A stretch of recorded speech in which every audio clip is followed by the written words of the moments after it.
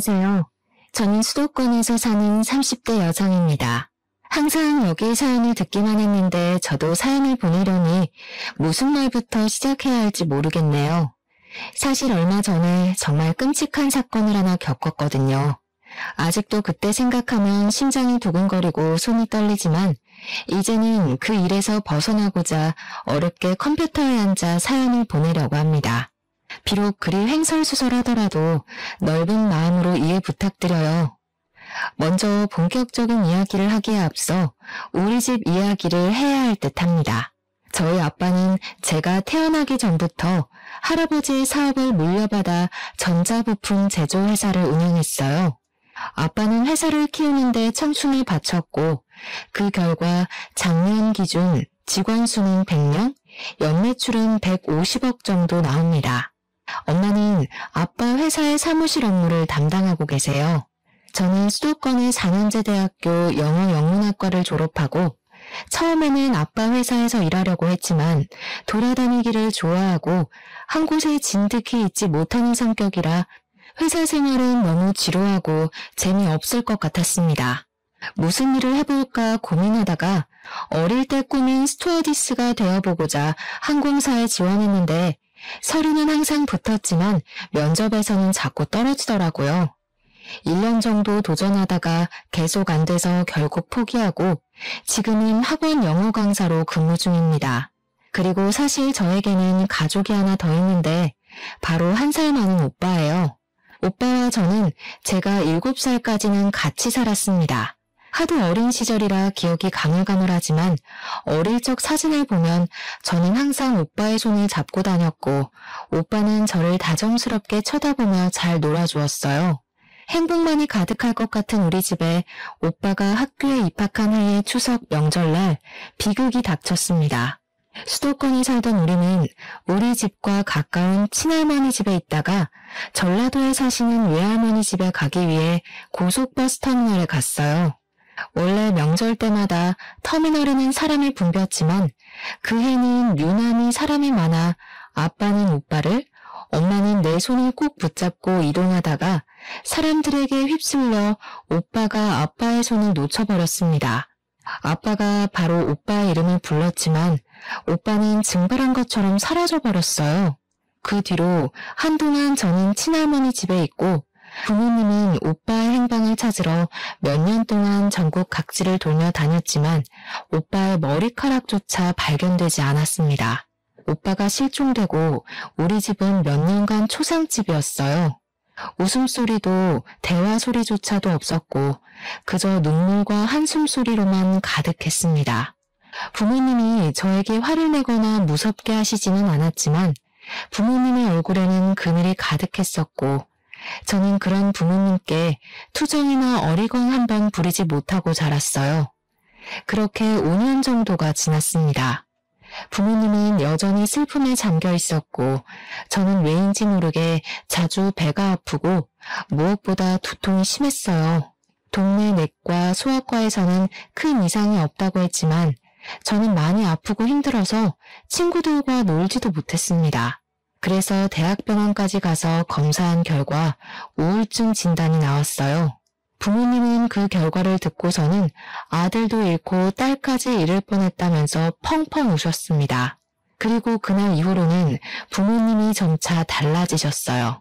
항상 무표정으로만 계시던 두 분이 제 앞에서는 항상 웃으셨고 매주 주말마다 놀이공원, 상황이 안 되면 집 앞 공원이라도 나가서 함께 시간을 보냈습니다. 여전히 부모님은 오빠를 잃은 슬픔이 크긴 했지만 적어도 제 앞에서는 이전처럼 눈물이나 한숨을 보이지 않으셨어요. 이런 부모님의 노력 끝에 저는 우울증을 극복하고 다시 밝게 살 수가 있었습니다. 물론 아직도 제 마음에는 오빠를 잃은 아픔이 있기는 했지만요. 아무튼 무사히 대학교까지 졸업하고 학원 영어 강사가 되었고 친구가 소개팅을 해줘서 남편을 만나 결혼도 했습니다. 남편은 홀어머니를 모시고 사는 외동아들이에요. 저의 시어머니는 요양원 원장님이시고 상당히 직설적으로 말하는 성격이십니다. 처음에 제가 인사를 갔을 때도 제 직업에 대해서 들어보시고는 그깟 강사가 벌면 얼마나 버냐고 하시던 분이세요. 그래도 저에게 설거지, 제사, 김장과 같은 일을 시키시지도 않았고 부당한 요구를 하시는 분은 아니시기에 크게 불편하지는 않았습니다. 남편도 저는 물론 친정 부모님께도 정말 잘했으며 집안일도 잘 도와주었어요. 결혼 후 남편과의 관계도 돈독했고 저도 강사로서 어느 정도 입지를 다지며 남부럽지 않은 신혼생활을 즐기고 있었습니다. 다만 아빠의 회사 근처에 비슷한 업종의 회사가 새로 생겨서 매출이 조금 줄어들기는 했지만 그래도 큰 타격을 입을 정도는 아니었어요. 그러던 어느 날이었습니다. 아빠의 생신을 앞두고 평일에는 다들 일하느라 한자리에 모이기 힘드니 주말에 같이 점심을 먹으며 아빠의 생신 파티를 하기로 했어요. 그런데 미리 약속했던 날 아빠와 친한 거래처 사장님의 딸이 결혼식을 하는데 제 결혼식 때도 오셨던 사장님이시라 안 갈 수가 없다고 하셔서 어쩔 수 없이 점심 약속을 저녁으로 미뤘습니다. 아빠는 결혼식을 다녀오고 저녁에 가족끼리 만났는데 아빠가 큰 고민이 있어 보이셨어요. 저는 걱정이 돼서 결혼식장에서 무슨 일 있었냐고 물었더니 아빠가 하는 말이 결혼식장에서 오빠와 닮은 사람이 만난 것 같다고 하시는 게 아니겠어요? 저와 엄마는 깜짝 놀라 무슨 소리냐고 한번 자세히 좀 말해달라고 했습니다. 결혼식장에서 진혁이와 아주 똑같이 생긴 사람을 봤어. 대충 겉으로 봤을 때는 지금 진혁이의 나이인 30대 초반에서 중반 정도 되어 보이고 내 젊을 때랑 아주 똑같이 생겼었어. 오늘 나와 같이 간 회사 사장님이 그 젊은 친구가 나랑 너무 닮아서 그런데 혹시 아는 사이냐고 물어볼 정도였다니까. 그럼 한번 가서 나이와 이름을 물어보지 그러셨어요. 나도 그러고 싶었지. 그런데 예식장에는 사람이 너무 많아서 정신이 하나도 없더라고. 그래서 필요 현장에서 찾아봤는데 그냥 갔는지 안 보였어. 나중에 거래처 사장한테 아는 사람이냐고 한번 물어봐야겠어. 아이고, 내 정신 좀 보게. 오늘 내 생일 축하해 주려고 왔는데 김서방 앞에서 이런 이야기나 하고 말이야. 내가 미안하네. 아닙니다, 장인어른. 생신날 잃어버린 아들을 찾게 된다면 더할 나위 없이 좋은 최고의 선물이죠. 정말 그분이 우리 다은이의 친오빠였으면 좋겠어요. 그럼 저도 형님이 생기고 너무 좋을 것 같아요. 아빠는 남편의 말에 정말 그랬으면 좋겠다고 하며 이해해줘서 고맙다고 말씀하셨습니다. 그리고 아빠의 생신은 월요일이 되었어요. 저는 점심시간쯤에 아빠에게 생신 축하드린다고 전화를 드렸습니다. 그런데 아빠의 목소리가 떨리고 좋지 않았어요. 무슨 일이 있나 싶어 어디 편찮으시냐고 물었더니 아빠가 지금 너무 놀랄 일이 있어서 그런다고 하며 이따가 퇴근길에 밤늦게라도 잠시 집에 오라고 하셨습니다. 제 근무 시간이 오후 2시에서 밤 10시까지이고 정리하고 뭐하고 하면 밤 11시에나 퇴근할 수 있어요. 그래서 밤 11시에 집에 가도 괜찮냐고 했더니 상관없다고 하시며 오늘 꼭 잠깐만 집에 들러달라고 하시고는 전화를 끊으셨습니다. 아빠의 목소리를 들으니 무슨 안 좋은 일이 있나 싶어 걱정되어 엄마에게도 전화했는데 엄마는 전화를 받지 않았어요. 그날은 부모님 걱정에 어떻게 하루 강의를 마쳤는지 모르겠습니다. 어찌어찌 수업을 마치고 강의를 마치자마자 원장 선생님께 양해를 구하고 바로 집으로 달려갔어요. 집에 갔더니 부모님은 눈물을 흘리셨는지 눈이 벌겋고 팅팅 부어 있었고 그 모습을 본 저는 깜짝 놀랐습니다. 다은아, 놀라지 마. 진혁이를 찾은 것 같아. 너의 오빠 찾았다고. 아빠의 말에 저는 심장이 쿵 내려앉는 것 같았습니다. 너무 기쁘기도 하고 이게 도대체 무슨 상황인가 싶어 일단 차근차근 말해달라고 했어요. 아빠는 거래처 사장님 딸의 결혼식장에서 본 젊은 사람이 오빠라는 확신이 들었다고 합니다. 그래서 오늘 출근하자마자 거래처 사장님께 전화해서 사실 어릴 때 잃은 아들이 있는데 하객으로 온 한 젊은 친구가 아빠의 젊은 시절과 너무 닮아서 혹시나 해서 물어본다고 했어요. 그 말을 들은 순간 거래처 사장님은 누구를 찾으려는지 알 것 같다고 하며 오빠의 현재 직장을 알려주었다고 합니다. 알고 보니 오빠는 아빠 회사 근처에 새로 생긴 비슷한 업종의 회사 개발팀 팀장이었어요. 거래처 사장님이 오빠가 다니는 회사 사장님의 번호를 알려주셔서 아빠가 바로 사장님께 전화했고 오빠를 닮은 젊은 사람의 나이와 이름을 알 수 있는데 나이는 현재 오빠의 나이와 같은 35살이고 이름은 오빠의 이름과 같은 이진혁이었습니다. 이 사실을 안 것이 점심시간쯤이었고 점심시간이 지난 후 아빠는 바로 그 회사로 달려가 봤지만 아쉽게도 오빠는 지금 다른 지방으로 출장 중이라 볼 수 없었어요. 하지만 사원증으로 사진은 볼 수 있었는데 사진을 보니 오빠라는 확신이 들었다고 합니다. 아빠는 회사 사장님으로부터 어떻게 오빠가 이 회사 직원으로 있을 수 있는지 그 이야기를 듣게 되었어요. 사장님은 지금 회사를 차리기 전에 다른 회사에서 부장으로 있었고 오빠는 신입사원이었습니다. 그 당시 오빠는 배우려는 열정도 가득하고 항상 열심히 하려고 해서 당시 부장이었던 사장님 눈에는 참 인상 깊었다고 해요. 그 뒤로 종종 같이 저녁을 먹으며 살아온 이야기를 했는데 오빠는 보육원에서 살다가 성인이 되어 자립금을 받고 시설에서 나와 직업 전문학교에서 이쪽 일을 배웠다고 했습니다. 사장님은 힘들게 살아온 오빠가 안쓰러워 더 잘 챙겨주고 기술을 하나라도 더 알려주려고 했다고 해요. 그러다가 사장님이 우연한 기회에 자신의 회사를 차릴 수 있었는데 함께 일할 직원을 구하다가 오빠가 생각나 개발팀 팀장으로 스카우트했다고 했습니다. 이 말을 들은 아빠는 눈물을 흘렸고 사장님은 오빠의 연락처를 알려주며 한번 연락해서 만나보라고 했다고 해요.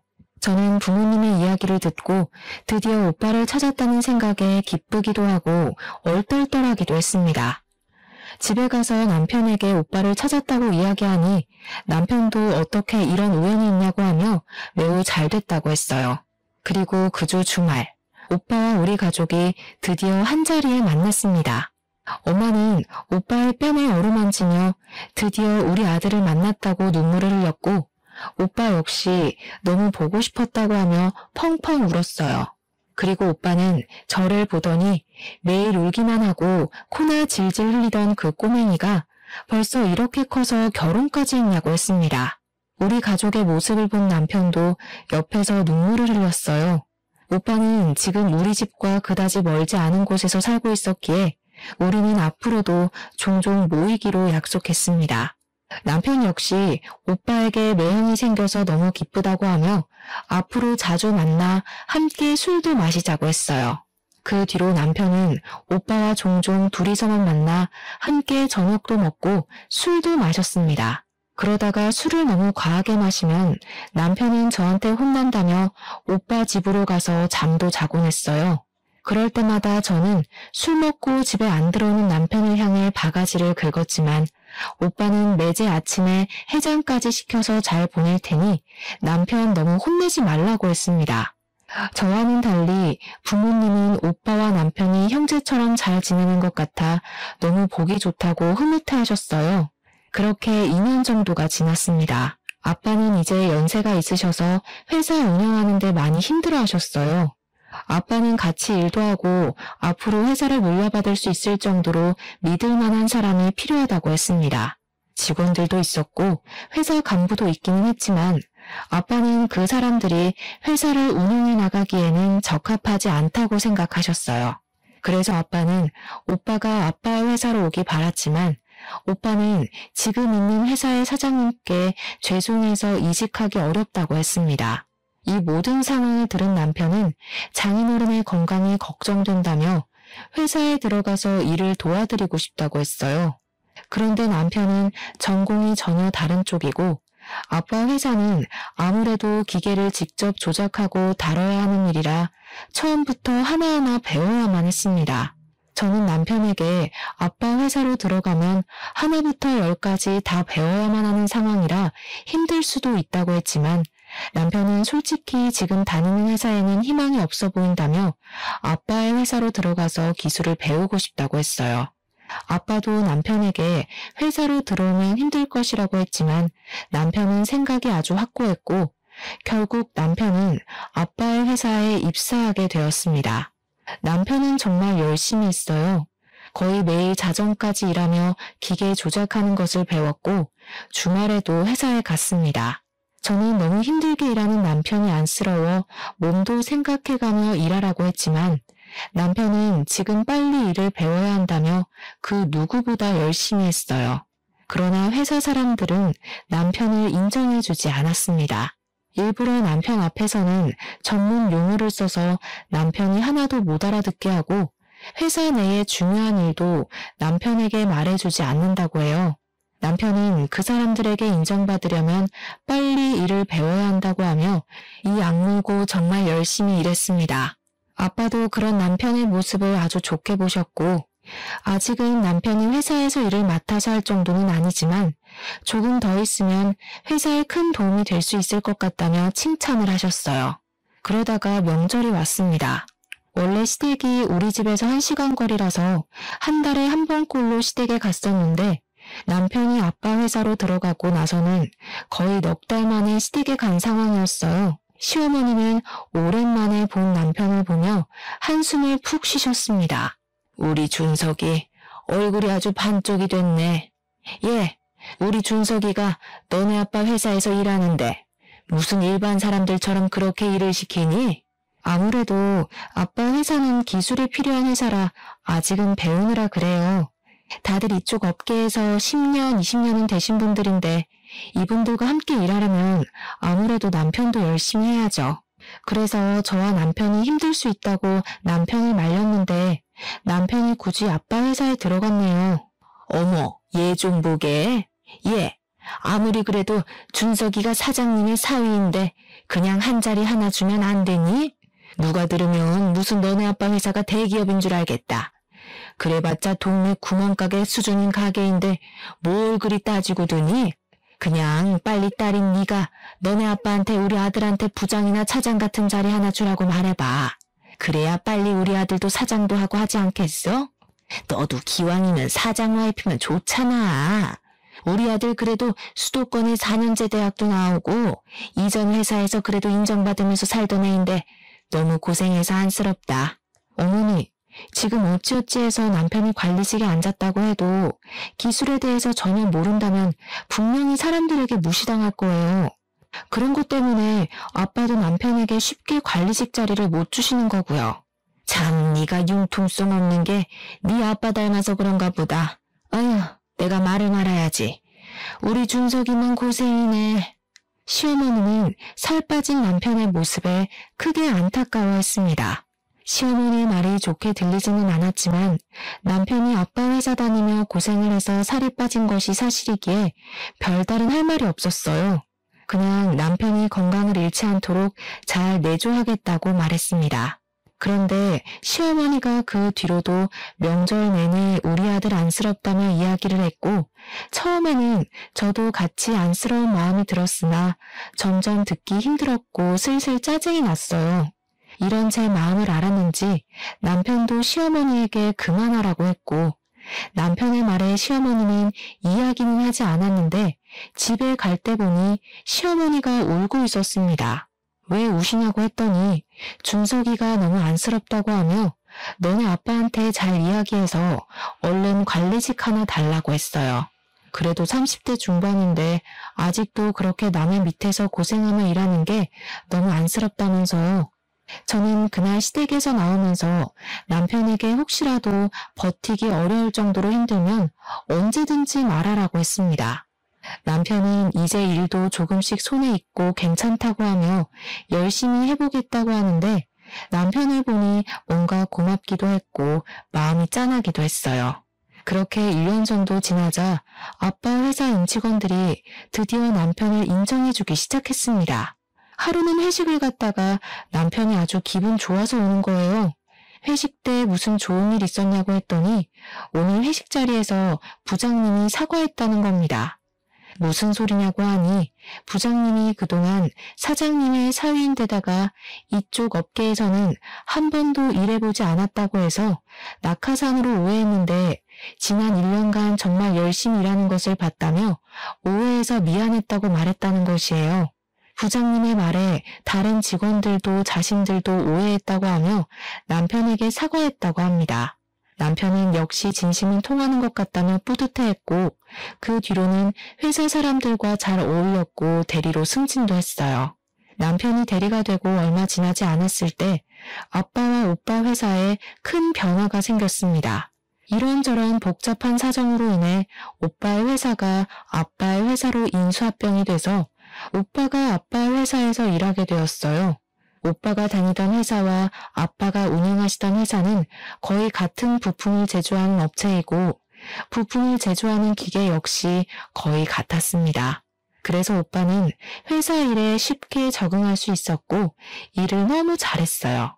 아빠 회사 사람들도 오빠가 일을 잘한다는 것을 부정하지 못했습니다. 게다가 눈치도 빠르고 눈썰미도 있고 사람들 사이에 잘 융화되었어요. 무엇보다 회사 합병 후 처음에 이런저런 갈등들이 꽤 많았는데 그런 갈등이 생길 때마다 오빠는 현명하게 대처해서 큰 싸움이나 갈등이 생길 뻔한 것을 막았다고 합니다. 사람들은 다들 오빠의 성품과 실력을 높이 평가했고 오빠는 바로 차장으로 초고속 승진을 했어요. 오빠는 임직원들이 낙하산이라고 불만을 토로하면 어쩌냐고 했지만 회사 내에서는 아무도 오빠가 차장이 되었다고 해서 불만을 품지 않았습니다. 이렇게 오빠는 초고속으로 차장이 되었지만 남편은 여전히 대리였어요. 물론 남편도 최선을 다해서 노력하고 있었습니다. 하지만 20살 때부터 직업 전문학교에 들어가서 일해온 오빠와 이제 고작 3년 차인 남편이 어떻게 같을 수가 있겠나요? 저와 아빠는 당연히 오빠가 먼저 승진하는 것이 바르다고 생각했는데 남편은 그게 아니었습니다. 남편은 계속 오빠가 차장이 된 것이 마음에 들지 않는다는 식으로 이야기했어요. 하루는 남편이 퇴근하고 집에 왔는데 투덜대는 것입니다. 장인어른 정말 너무하시는 거 아니야? 아무리 형님이 이쪽 업계에서 일했다고는 하지만 그래도 어떻게 차장까지 바로 승진시킬 수가 있어? 장인어른도 그러고 회사 사람들도 다들 형님한테 홀라당 홀려서는 보니까 기계 조작하는 것도 나랑 별반 다른 것도 없더구만. 어떻게 형님은 바로 차장이고 나는 아직도 대리 나부랭이냐고. 나도 이렇게 노력하고 있는데 말이야. 과장이라도 시켜줘야 하는 거 아니야?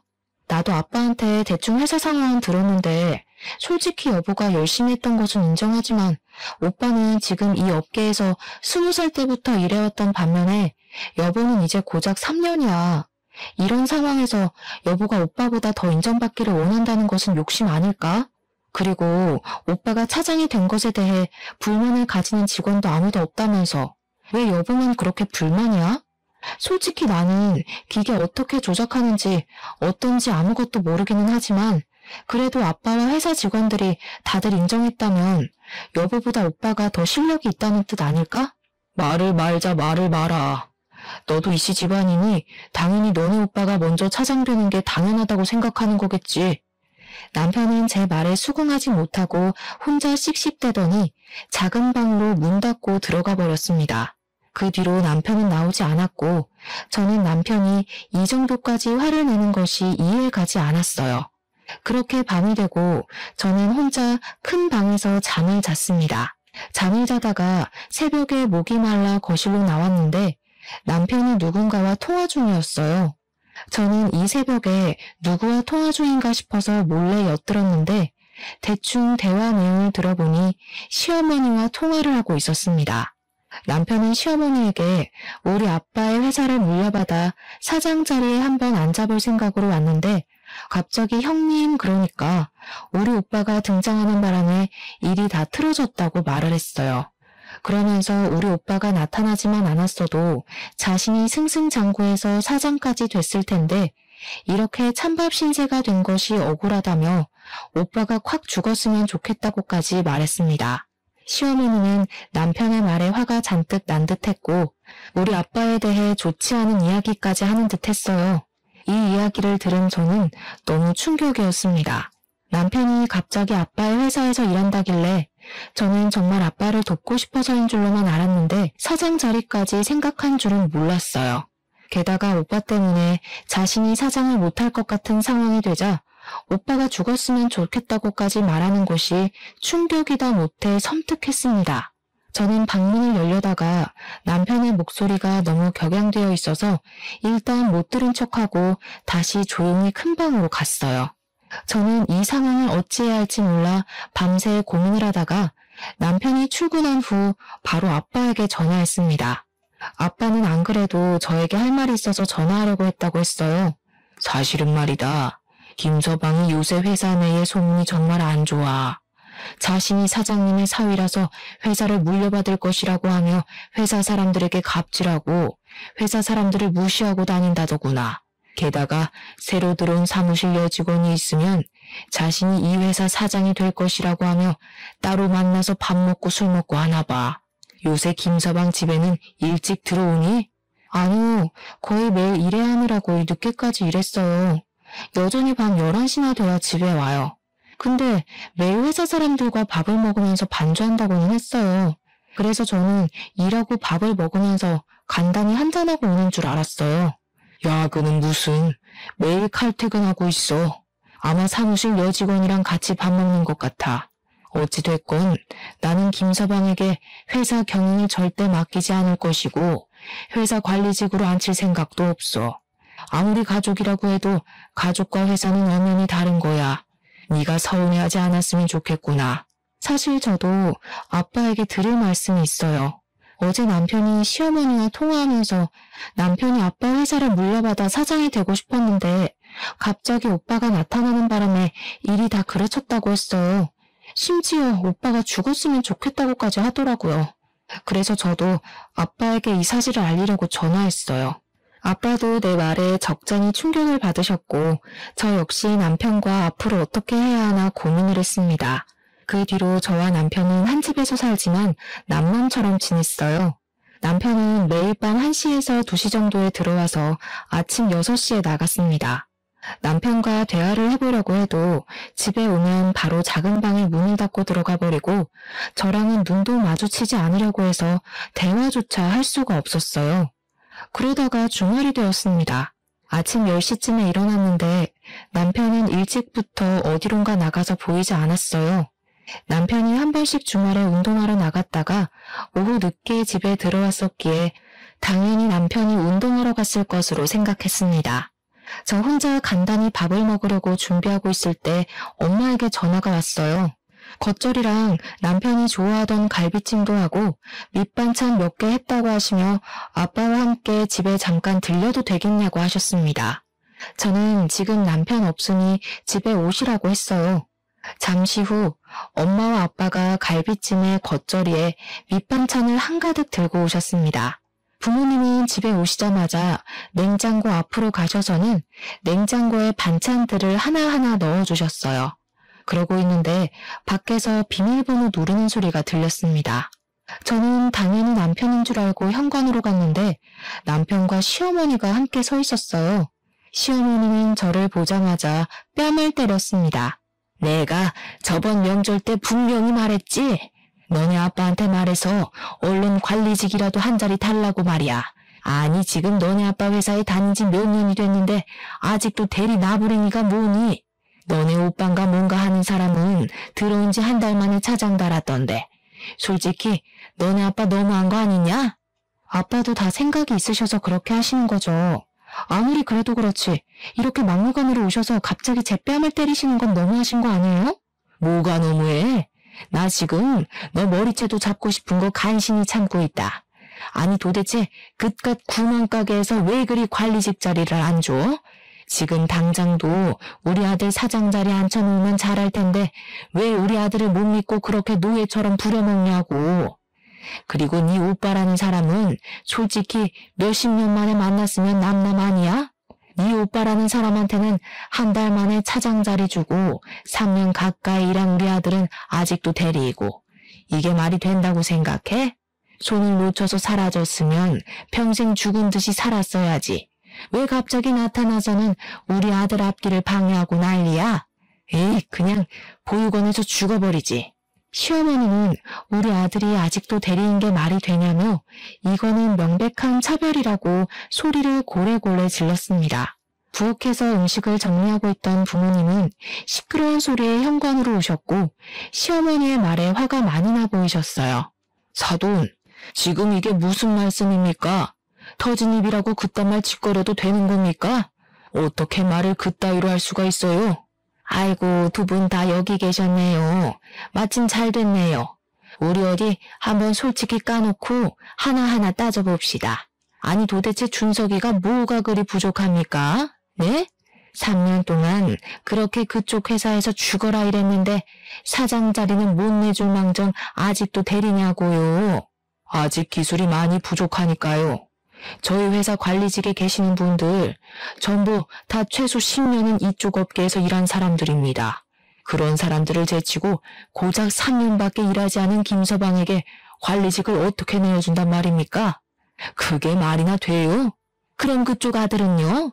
아니, 잃어버리면 남남이지 왜 갑자기 나타나서는 우리 아들보다 더 높은 차장이 된답니까? 이게 바로 낙하산이지 뭐예요? 우리 아들은 20살부터 이미 이쪽 업계에서 일해왔어요. 우리 회사에서 일하지는 않았지만 이미 동종업계에서 인정받고 있었다고요. 그래서 회사 사람들의 인정을 받고 차장 자리까지 갈 수 있었던 거예요. 그리고 저도 다은이도 당신 아들이 우리 회사에서 일하길 바란 적 없습니다. 김서방이 우리 회사에서 일한다고 했을 때 둘 다 말렸어요. 그래도 굳이 우리 회사에 들어와서 일하겠다고 고집 부린 건 김서방입니다.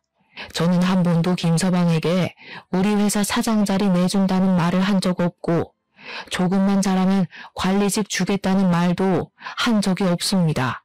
그런데 갑자기 오셔서 이런 식으로 화내고 우리 딸 뺨을 때리고 협박까지 하시는 건 정말 너무 어이없고 황당하네요. 아무리 그래도 사람이 염치가 있고 융통성이 있어야지. 아니 어떻게 자기 사위가 자기 회사에 들어왔는데 잘했다고 빨리 관리직은 못 내줄 망정. 어떻게 3년 동안 그렇게 노예처럼 부려먹을 수가 있어? 이렇게 앞뒤가 꽉 막혀서야. 듣자 하니까 너무하시네요.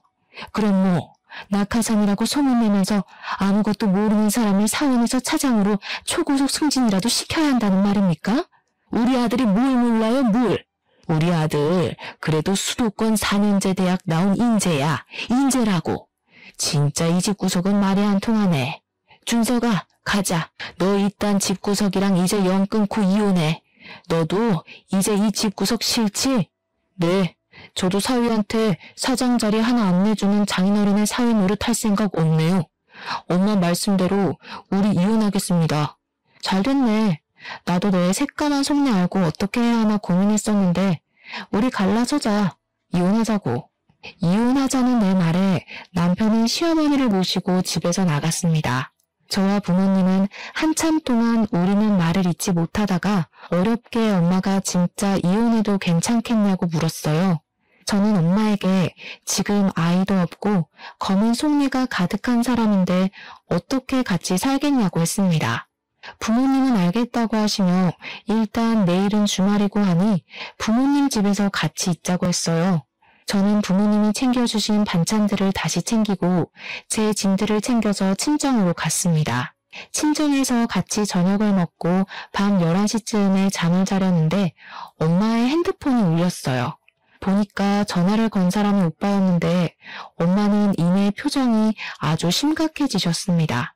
왜 그러시냐고 물어보니 다세대 주택 1층인 오빠의 집에 불이 났다는 것이에요. 다행히 화재 당시 오빠는 잠깐 지인을 만나러 나간 상태여서 다치지는 않았고 다른 집에 사시는 분들도 바로 다 대피해서 인명피해는 없었습니다. 불은 이웃의 신고로 10분 만에 바로 꺼지기는 했지만 오빠가 살던 집 내부가 다 타버렸어요. 일단 오빠는 바로 부모님 집으로 왔고 저는 오빠에게 어쩌다 불이 난 것인지 물어보았습니다. 오빠의 말로는 지인을 만나고 집에 오는데 집 근처에서 남편을 본 것 같다고 했어요. 어두웠지만 분명히 남편이 평소에 자주 입던 운동복에 모자를 쓰고 있었고 남편도 역시 오빠를 본 것 같았지만 의도적으로 피한 것 같다고 했습니다. 그렇게 남편이 사라지고 나서 오빠 집에 불길이 치솟았다고 해요. 이 소리를 듣고 화가 난 우리 가족은 바로 남편은 방화범으로 고소했습니다. 다음날 화재 원인을 찾기 위해 합동 감식을 했는데 방화로 확인되었고 CCTV와 맞은편 주차되어 있는 차량 블랙박스를 확인한 결과 남편이 근처 쓰레기에 불을 붙이고 1층에 살던 오빠 집 창문에 투척하는 장면이 아주 적나라하게 찍혔더라고요. 남편은 바로 구속이 되었습니다. 저는 남편의 구속과 동시에 이혼을 하려 했으나 당당히 이혼하자던 남편이 이혼 동의를 해주지 않았어요. 결국 우리는 이혼 소송까지 하게 되었습니다. 이혼 소송까지 해야겠다는 제 말에 아빠는 직장에서 남편과 불륜 저지른다고 소문난 20대 회사 여직원의 인적 사항을 알려주셨어요. 저는 바로 그 상간녀와 만났는데 상간녀는 저를 보자마자 무릎을 꿇더니 아직 20대인데 제 앞길 꼬이는 것 원하지 않는다고 하며 잘못했다고 빌었습니다. 그러면서 사실 유부남인 것을 알고 만날 생각이 없었는데 너무 치근대서 한두 번 만난 게 서너 번 됐다고 했어요. 만나면서도 이게 아니란 것은 알았는데 사장님의 사위라고도 하고 또 이혼할 것이라고도 하니 정말 그런 줄로만 알았다고 했습니다. 그러면서 원하시면 부모님이 계시는 지방에 내려가서 조용히 살 테니 제발 한 번만 용서해달라고 했어요. 저는 정말 상간녀 소송까지 할 마음으로 왔는데 상간녀의 이야기를 들어보니 상간녀도 그놈한테 속았다는 생각이 들었습니다. 그래서 상간녀 소송은 하지 않는 대신 남편이 불륜 피웠다는 모든 사실을 자백받고 증거까지 다 받았어요. 그리고 저는 이 모든 것들을 다 증거 자료로 제출해서 이혼 소송을 진행했습니다. 그냥 깔끔하게 이혼을 하면 될 일을 위자료까지 물어주게 생기자 시어머니가 저에게 전화했어요. 제가 전화를 받지 않자 시어머니는 계속 저에게 전화했고 그래도 끝까지 제가 받지 않자 친정집까지 찾아왔습니다. 저와 엄마는 집안으로 들일 생각이 없었지만 잠깐 열린 틈을 타서 무작정 시어머니가 집안으로 들어왔어요. 내가 우리 준석이가 너무 고생하는 것 같아서 나도 모르게 욱해서 그때 이혼하라고 했었어. 하지만 내 진심은 아니었다. 정말이야. 우리 준석이가 방화를 저지른 것은 잘못이지만 이혼만큼은 안 하면 안 되겠니? 이제 나도 준석이도 자리 욕심 안 부리고 조용히 살게. 그러니까 네가 너네 아빠 아니지. 바깥 사돈 좀 잘 설득해서 이혼하지 말고 죗값 받고 나오면 다시 그 회사에서 일하게 해주면 안 될까? 어머니가 먼저 이혼하라고 해놓고서는 지금 그게 무슨 소리세요? 그리고 어릴 때 잃어버리고 몇십 년 만에 찾은 우리 오빠한테 죽었으면 좋겠다느니 그런 막말을 하셔놓고 어떻게 용서를 바라시나요? 남편이 아빠 회사 여직원과 불륜까지 저질렀다는 거 알고 계시죠? 그런데도 제가 이 모든 것을 다 용서하고 옥바라지까지 해가며 같이 살라고요? 저는 절대 못합니다. 이혼 소송까지 해서 위자료까지 받을 거예요. 아시겠어요? 너 정말 너무하는구나. 그래도 이 어른이 이렇게 사과하러 왔는데 그냥 좀 넘어가주면 안 되냐? 정말 융통성은 일도 없는 집구석이라니까. 뭘 잘했다고 사과를 받아줘요? 당신 때문에 어렵게 찾은 우리 아들이 죽을 뻔했는데 당신 같으면 용서가 되겠어요? 참나, 우리는 법대로 할 테니까 그만 여기서 설치고 나가요. 꼴도 보기 싫으니까. 난 안 나가. 당신들이 이혼소송 취하해줄 때까지 안 나간다고. 시어머니는 정말 우리 집에서 안 나갈 기세로 대자로 누워 시위했습니다. 엄마는 시어머니를 내쫓으려다가 힘에서 밀리자 어쩔 수 없이 경찰을 불렀고 시어머니는 결국 경찰들의 손에 끌려 나갔어요. 저와 엄마는 이렇게나 끝까지 막말하고 뻔뻔한 시어머니를 가만히 둘 수가 없었습니다.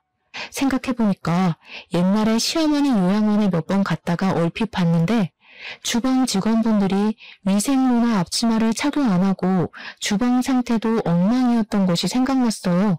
그래서 식품위생법 위반으로 시어머니의 요양원을 신고해버렸고 그 결과 영업정지 2개월 처분을 받았습니다.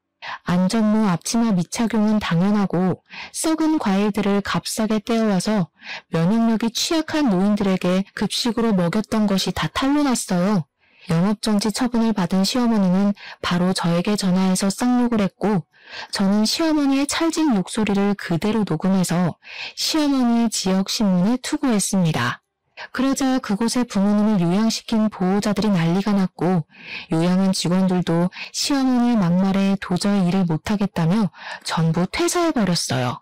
그 결과 요즘 같은 고령화 시대에 보기 드물게 요양원이 폐원했답니다. 이러한 일이 있고 나서 적지 않은 시간이 흘렀어요. 저는 지금 친정 부모님과 함께 살며 친정 아빠 회사로 들어가 사무실 직원으로 일하고 있습니다. 오빠는 여전히 회사에서 인정받으며 열심히 일하고 있어요.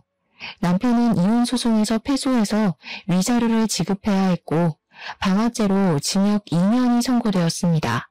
그리고 요양원이 폐원되는 바람에 당장 돈벌이도 잃고 아들의 옥바라지까지 해야 할 처지가 된 시어머니는 살던 집도 팔아버리고 허름한 원룸 하나 구해서 겨우 살고 있다고 해요.